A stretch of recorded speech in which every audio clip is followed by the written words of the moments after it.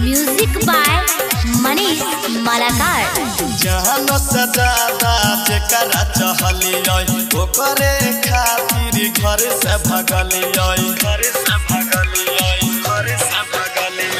जहन सजादा जेकरा चहलियै ओकरे खातिर घर से भगलियै दिहला बाप छुरिया चा लेके गेलै दिहला बाप छुरिया चा लेके गेलै धोखा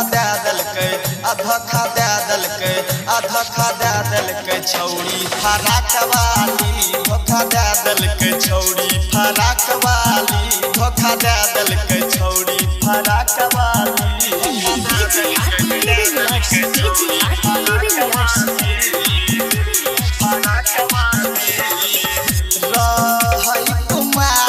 भैया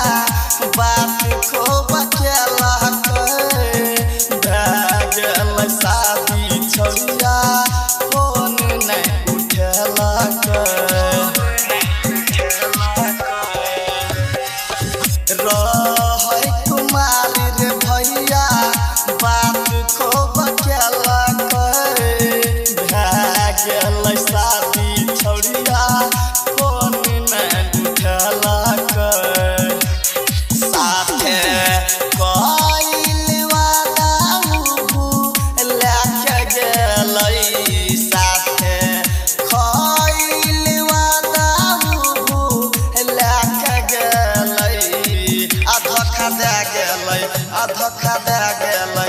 धोखा दे गेलै छौरिया फराक वाली धोखा दे गेलै छौरिया फराक वाली धोखा दे गेलै छौरिया फराक वाली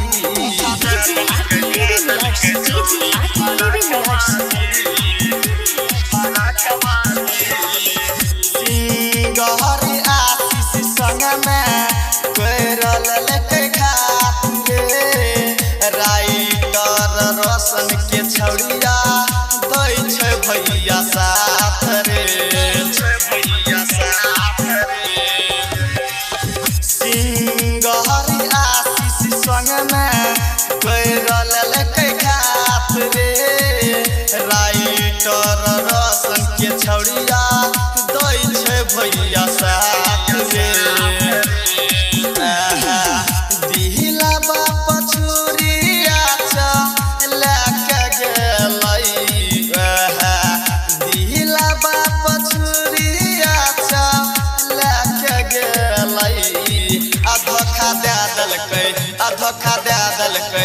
धोखा दे देलकै छौरी साइकिल वाली धोखा दे देलकै छौरी साइकिल वाली धोखा दे देलकै छौरिया साइकिल वाली।